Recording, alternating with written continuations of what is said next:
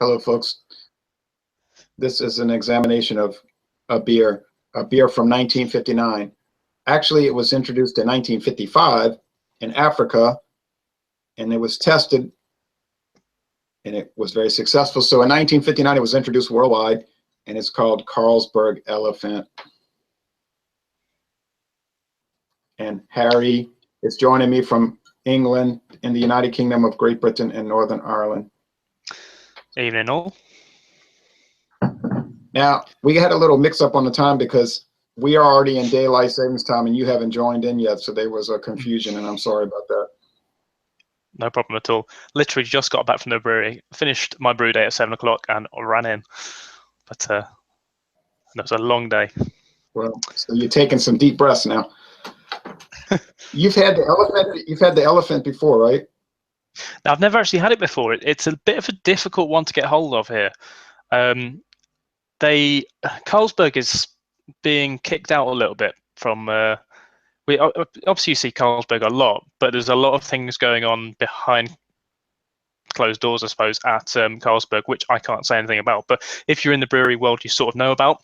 But they are sort of losing a lot of contracts here, so you don't see them about as much as you used to.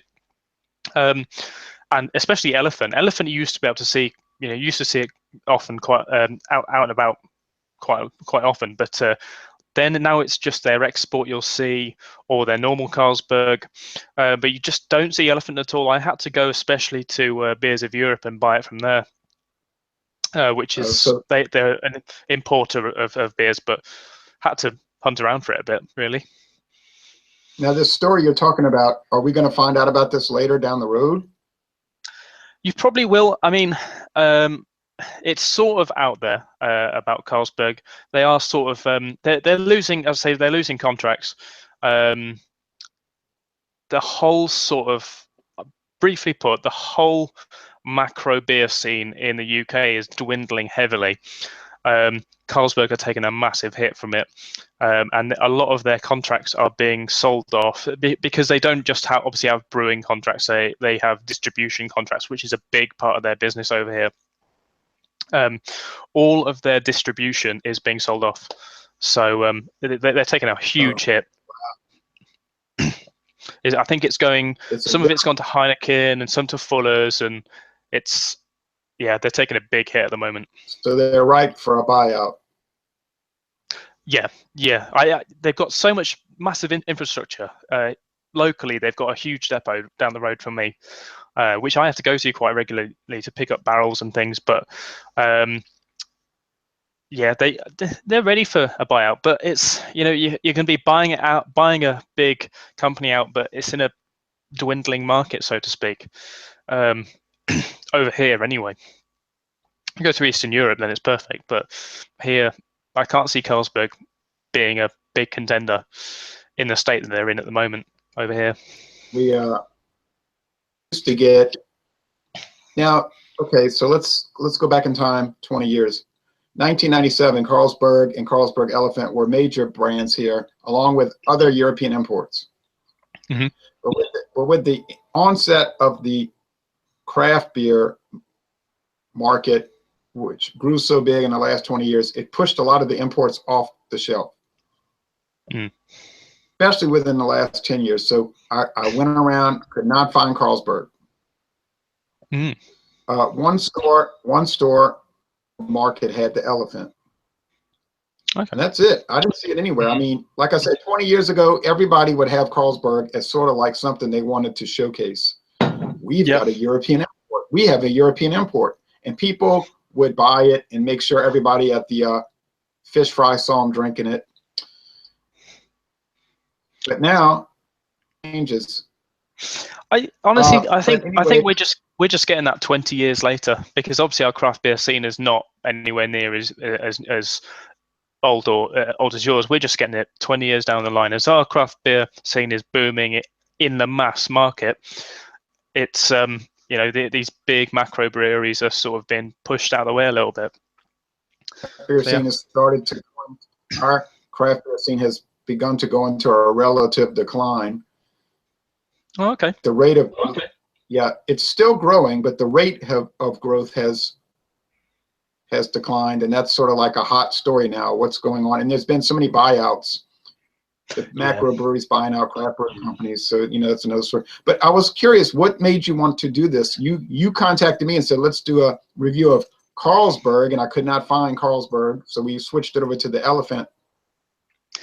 Well, Carlsberg, it is actually my future father-in-law's. It's one of his. Carlsberg Export was one of his favorite lagers, and I just thought, something that we could perhaps both get easily that we could do. I mean, other than that, it's quite difficult. I mean, we've got that future video coming up as well that I've only recently been able to start getting hold of. But there's a lot of beers that that aren't a lot of English beers that aren't exported out to the States, and we've just got to try and find that common ground. It's so odd that there's so much quality beers that we produce that just don't make the States at all. And as I've said before, you sort of get our dregs. So it's just want to go for something that's like a decent beer to choose. And it changes so much. It changes so much. Like 3 years ago, we were getting Coniston Bluebird and Bluebird Extra Bitter.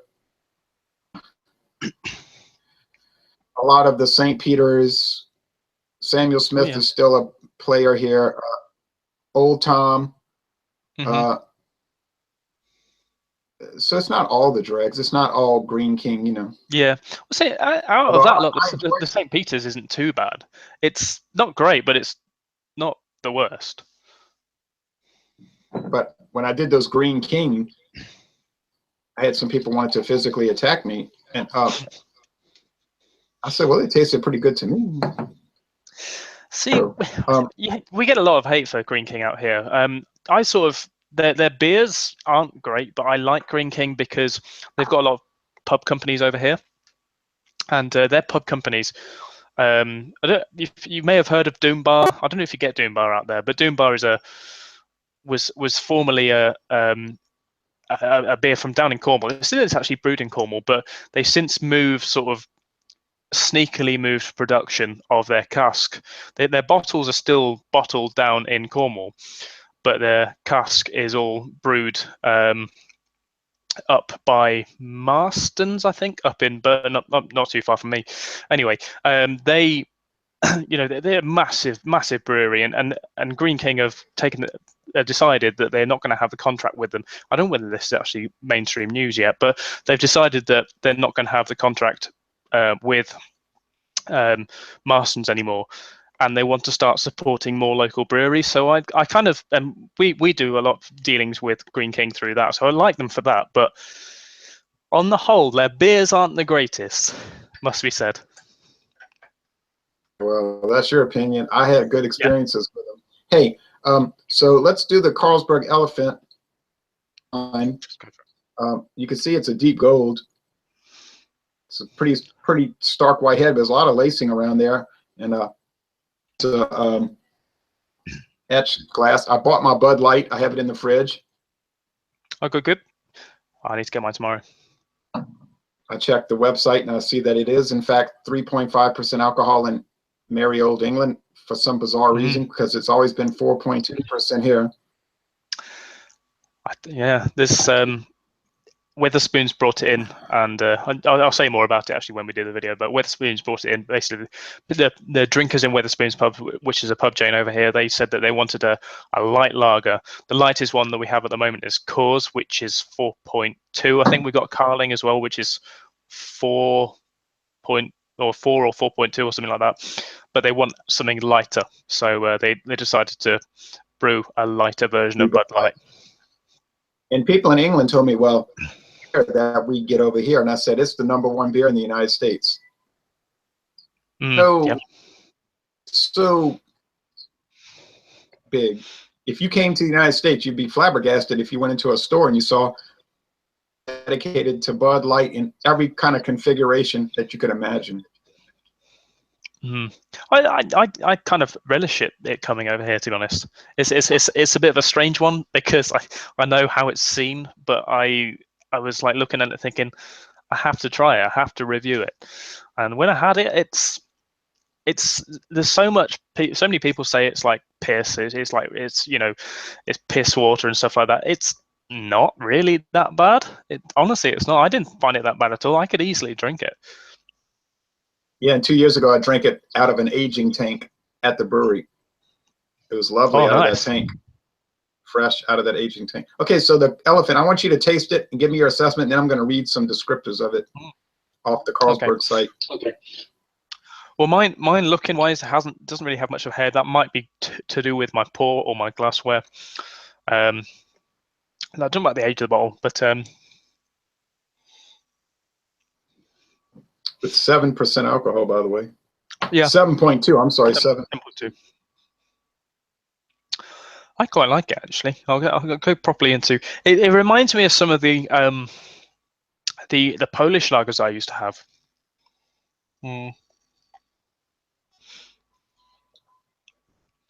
It's a little bit bottle, yeah, little 330. Give me a tall can once. Would it be a 500 ml can or a 440? It was 500 milliliters. He sent it to me from Denmark. A can of Carlsberg and a can of Elephant, but we don't get cans here. But anyway, I interrupted you. You were describing it. Oh no, worries at all. Yes, it's like a breadiness, a biscuitiness. There is definitely a little bit of the alcohol warmth on the end, a little bit of a alcohol touch on the end, but generally bready, biscuity, a little bit of sweetness coming in, like a bit of cereal, touch of honey, perhaps might be the sweetness there. That's honestly, lager wise, it's it's not bad at all. Is the high medium, right? It's not a heavy body, but it's like high medium. You agree with that? Oh yeah.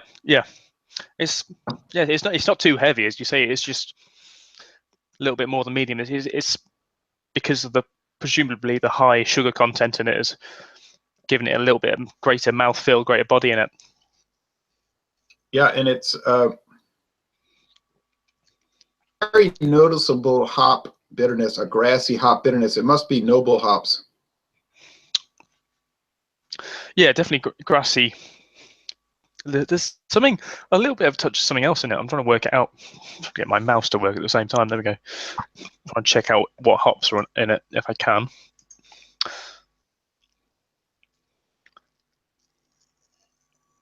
I'll say one thing: it's an attractive bottle. Ask Carlsberg on it 1, 2, 3, 4 times. 4 times. Paper label. That African elephant charging forward.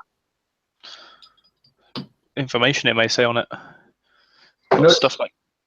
I notice now in the United States it's labeled as beer, but all the years before it was labeled malt liquor because there was a strict rule. Beer above 5% couldn't be called beer. They had to call it malt liquor, but that apparently is no longer being enforced. And it may never have been a law anyway. It might have been an interpretation of a law. You know what I mean? Yeah. We've got standard drinks on this as well, which is a method which we don't work by in the UK. I'm going to read some of the comments. Okay. Hey, Manny Man. Watching for my viewing pleasure, and I hope what you're watching is pleasurable. 5 from Miami, still at work, so no beer for me for now. Well, when you get home, though. James Rhett, he says, many people keep speculating that the craft beer bubble may be breaking. Perhaps the consumers in that market are becoming better in tune with the styles of beer they prefer. I think you're right about that. I don't know if the bubble's breaking, but I would say that probably not on the big growth period anymore, I don't think. Okay, Carol Kajorowski says, hi, guys. Hello, Carol. James Red says, Bock is a great style of beer. I don't recall seeing the Elephant in this area for a while now. Yeah, it's kind of receding. Is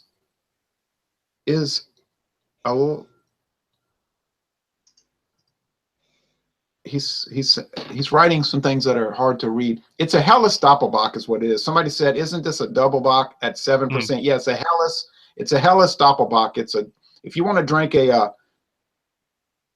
drink the Birra Moretti La Rosa, which is a beautiful item, and it's about the same ABV.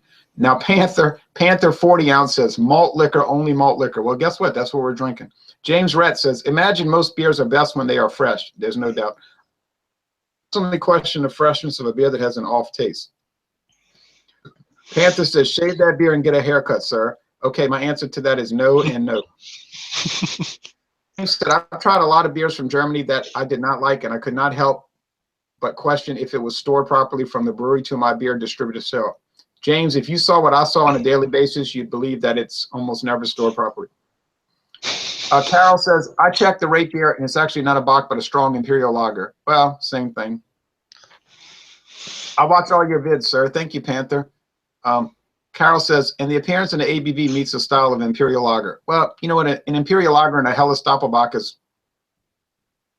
few and far between. You know, it's like saying fall or autumn.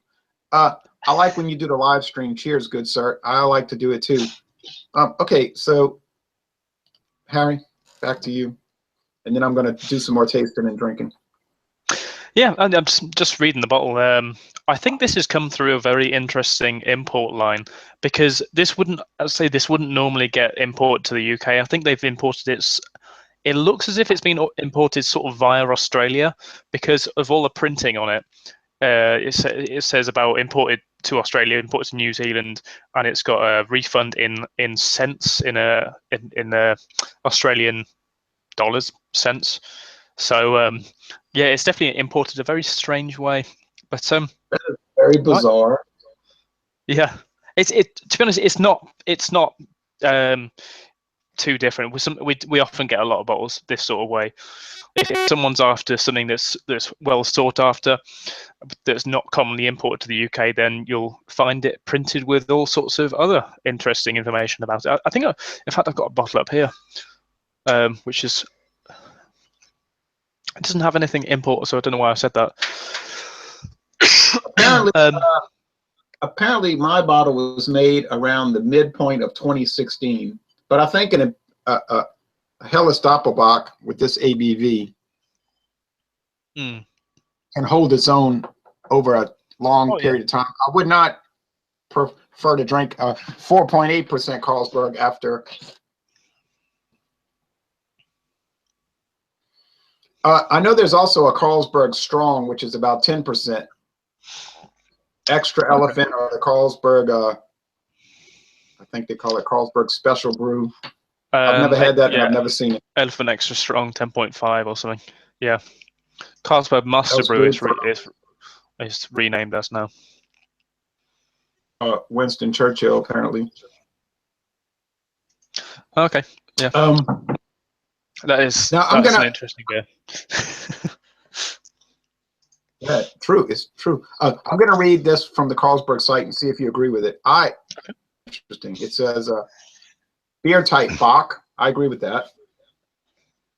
And it says, what's going on now? It says, okay, listen to this. The ample use of malt gives Carlsberg Elephant a vinous, and they're showing a different bottle design on their website, much different than what we're getting. They're showing a brown bottle. Okay. Vinous and rich character with apple, melon, banana, and caramel flavors, balanced with a dry bitterness and hints of oak, bark, nuts, and pine needles. Color is pale gold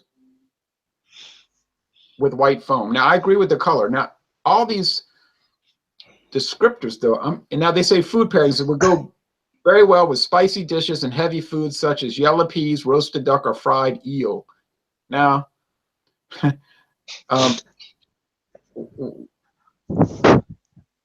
what do you think about these descriptors? They don't sound too dissimilar to Taiski, when you read out what Taiski or Siski, however you pronounce it, they say after a cut, or a discerning drinker or someone who's consumed Taiski many, many times before will start picking up notes of banana and clove and apple. I'm like, I've had, hundreds and hundreds of cans of Taiski, and I'm possibly picking up banana, but nothing else. It's almost like trying to missell you something. It's trying to say that you're going to get these. I'm not getting apple. Banana at a push, caramel for sure. I think 50% of those flavorings which it's suggesting you're going to get, I am getting, but maybe you're going to get the others if you drink more of it, and that's perhaps that's what I think it's trying to sell you. Trying to say, if you have more of it, you will start drinking those, or at least that's what it wants you to think. Buy more, you'll start tasting more. Of course, it doesn't work that way, that much. I mean, if your taste buds get more, tuned towards it, you might start picking out more flavors in it. But I don't know. I'm not picking out everything it says first time of trying it. Yeah. Yeah. Yeah. James Red says fried eel. Yeah, fried eel. Hey, you ever tried the Carlsberg Sort Gold? No, I haven't. That was sent to me by Brian Cooper over there in Copenhagen area.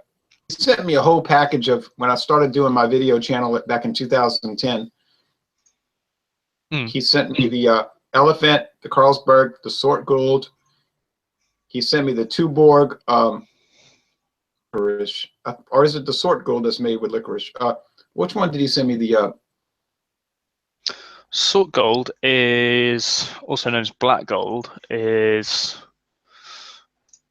translate to English if we can. He sent me one that was made with licorice, and they only release it every year in Denmark on a special date. And it's like a big event over there, and it's a licorice beer. It tasted very good, but it was peculiar. Okay. The Juleberger. I remember now, the Juleberger. The Yuletide, Christmas. I've seen it, yeah. It's Christmas town beer. Yeah. Like Christmas village beer or something. Oh yeah, yeah. Like it just says rate beer. I think it just says a winter ale. Yeah, Juleberger. What do you? We don't want to go on and on and on, but what is your general assessment of this beer? I'll tell you mine. And I would never dream that. I like it a lot. I mean, I could drink these things like crazy. I mean, but I like lagers, and I like strong imperial lagers or Doppelbocks, Helles Doppelbocks. So, but we get a lot of those over here in America, and they call malt liquors. They're made with corn syrup and rice adjunct, though. This is not made with adjunct, so there's a little difference in the taste. The American ones will have a lot flatter flavor and less bitterness. Okay. They're a tight, strong lager. Okay, you got the floor. Well, lagers is sort of something I'm only recently sort of getting into. I can understand why we have such a mass market for lagers over here, because I'm sort of getting into them because I come back from a long, hard physical working day in a brewery, and what do I want? Something cold and refreshing to make me feel a little bit better. The strong lagers, we don't have them that much. I mean, the sort of general lagers we have in pubs will range from 4 to about 5.5. So you won't really see anything this sort of strength on tap anywhere. And also, bottle-wise, we don't have anything really such as malt liquors. They do exist. I mean, it'll be like Kestrel Super, Tenant Super, think along those sort of lines if you've heard of them. And they're generally sort of associated with being tramp beers or hobo beers and that sort of thing. It's quite sort of derogatory terms towards those beers. So no, the mainstream sort of people won't drink those beers, but this is sort of like a midway between the two. It's not like 9% and it's not 5%. I would happily have this a lot more if I could, because if I could get it more easily. I think it's a real quality. It's got the flavour and characteristics of something that's a little bit lighter. It's got that little bit of a alcoholic kick, alcohol warmth, but it's also got that nice sweetness, which I actually like in lager. I never used to like it in lagers, but I really do like the sweetness that it provides. It's not too bitter, it's not too grassy, it's not too bready. It's got that nice sweetness as well. Out of lagers I've had, it's probably one of the better ones, to be honest, and I have had quite a few. I'll let you do your whole rating, but first, before I actually give mine, because I like to do mine in a numbered sort of system. But I think it's actually, for a lager, I think it's actually very, very good. Well, you probably know this. You've watched my channel. I have drank literally thousands of lagers. Mm. Okay. Some of the ones from Eastern Europe can be questionable, let's say. Over in England, they might use the term dodgy. Mm. But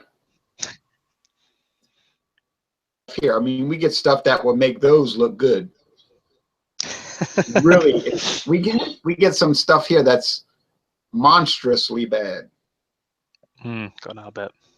And I say heroically bad because you have to have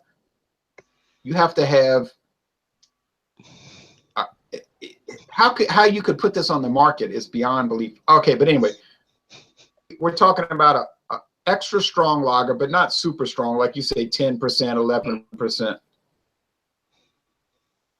A lot of good qualities. Mm. Now, what are I always ask myself, what are the bad qualities? I don't detect any.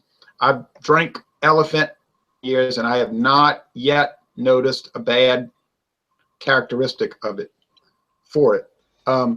Is it the greatest thing in the world? No, I don't think it was designed to be the greatest thing in the world. They make no claims to that effect.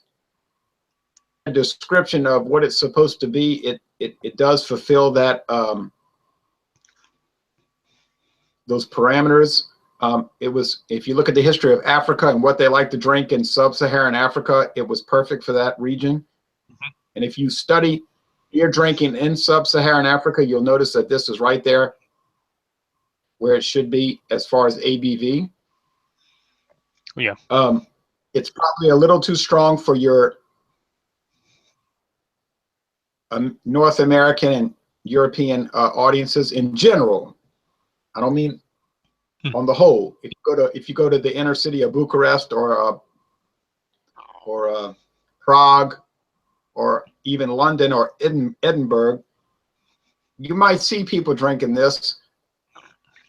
But then, like you said, they're not going to drink this. They're going to drink that super gold or whatever that Anheuser-Busch stuff is I was looking at.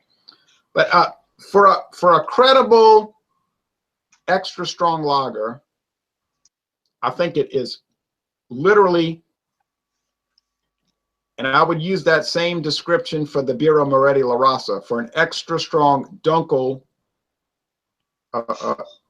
extra double Bock. It's absolutely fabulous. So they have a target that they've created, and they've hit the target in the bullseye. Mm-hmm. I would recommend it without any reservation. And if I was giving it a rating, I would say that it's a solid A. It's most excellent, and I love it. It's not an everyday drinker. If you drink this every day on a regular basis, you'll probably be in some sort of government subsidized facility. But if you want to dabble, not going to be employed for long. But if you want to dabble in it occasionally, it's fine. But I wouldn't recommend it for every day. Carlsberg, 4.8 or 5%, depending on the region. That's all I have to say about it. I like it. I'm a fan of it. Yeah, I'm a fan of it, actually. I'd probably definitely be getting some more bottles if I can, easily. The rating I'd give for it, because I like to do my numbers, firstly, for within its style, as a imperial pilsner sort of thing, I'd have to give it there's not too many imperial pilsners around here anyway, but I'd have to give it something like a 4.5 to 4.75 out of 5. And then across the whole the whole board, every single style, every single different beer. I never really give lagers above a 3, so I'll probably push to about a 2.5 or 2.75 out of 5 for this, which is quite a good rating for me for a lager. But I think it's absolutely excellent.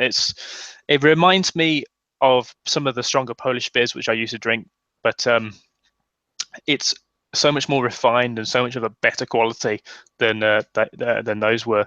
So yeah, I definitely recommend it for anyone who's looking to have that little step up from a sort of strong pilsner, with a strong pilsner at 5.5 or something like that. So your normal sort of range. So if you're looking to make that step up, I'd definitely recommend it.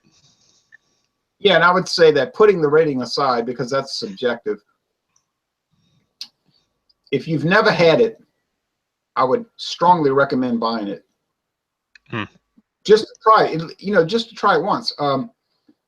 We can get it close to me, not in my town, but close to here. It's $10.99 for a 6-pack. So let's say $11 for a 6-pack, which to me is a great value, considering what you're getting. So I would say if you've never had it, it's worth trying at least once. I think we're kind of like along the same lines with this. We're not blown away by it, but we're impressed. I am definitely. I am impressed. Price wise, I think it was about £1.30 for a bottle. So not too expensive over here, but still hard to find. That's not easy to find here. I'm going to read the last few comments, and then we're going to get off. Okay. Carol Kazhorowski says, "Sorry guys, Tyskie is a tasteless lager. You cannot possibly feel notes of bananas in there." You know what, Carol? I would not agree that Tyskie is tasteless. I would say that Tyskie has rather strange flavors, or I would say it has perplexing flavors. And you could even make the argument that they're not enjoyable flavors, but I would not say that it's tasteless. So, no, probably more in some wheat beers because of a special kind of yeast. Well, of course, yeah, the Hefeweizens are going to have banana. Yeah. Okay, some bocks are also wheat bocks, so you definitely can feel their banana. Oh, you mean like the Corbinian? Yeah. Well, that's a whole different animal. James Rett says, "Closest place to me is 17 miles away.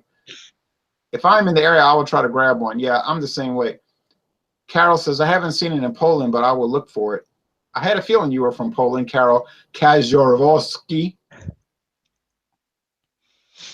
You watching this video? Okay, that's my final statement on this, and then I'm not going to say another word except for thank you, folks. Is that I am a fan of it. I don't adore it, but I like it. But I almost I almost adore it. Okay, that's it. Yep, I totally second that. It's really, really decent. Definitely recommend it to anyone who hasn't tried it and wants to try it. Definitely recommend it. Well, thank you for coming up with this interesting idea. Although we couldn't actually examine the one you wanted to look at, we just looked at the elevated version of it.